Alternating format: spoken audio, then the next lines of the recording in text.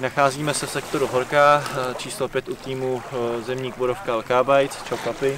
Ahoj. Čau. Tak jak se nám zatím daří? No tak už asi viete, ako sa nám darí, ako celé v Horke.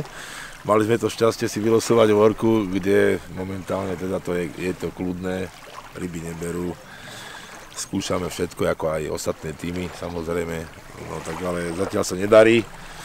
Sme v očakávaní, snažíme sa, robíme všetko preto, aby sme dosiahli nejaký záber. Vyskúšali sme vlastne všetky metódy, ktoré možno existujú, nám dostupné a vôbec známe. Ale zatiaľ teda sa nám podarilo urobiť jeden záber túto Majkimu. Bohužiaľ, nebodovaná ryba, pleskáč, takže... Ale aspoň zistili, že aspoň nejaká ryba tu je, že to zdvihla nejaká ryba, lebo sme mali podozrenie vlastne o tej, jak nám tu miestni povedali, že klesla nejaká sinica a že to pridusilo ryby, lebo sme to videli aj na kraji brehu, vlastne nejaké tie dravce, šťuky. Tu bola tu polmetrová šťuka s 20-30 cm zubačmi, sa láskali vedľa seba, zrazu sume, zrazu úhor. My sme pozerali, jak tupí, že čo sa to deje, čo je koniec sveta, alebo čo sa to deje proste. A boli sme z toho šoku, že keď sme tieto ryby videli takto vedľa nás, vedľa nôh vlastne, že tak sme skúšali, jak je to možné, a tu sa hovorilo, že možno aký miestny, že asi nejakú močovku pustil, alebo čo, a nakoniec vlastne sa zistilo, že to je tou sinicou.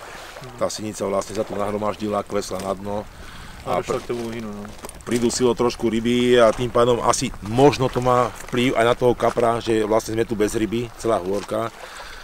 Ale sme šťastní aspoň, že to ten piest zobral, lebo aspoň nejaká biela ryba, keď to zobrala, tak už sa tam môže objaviť aj ten kaprík. Takže... Tak zbrane sú nabité.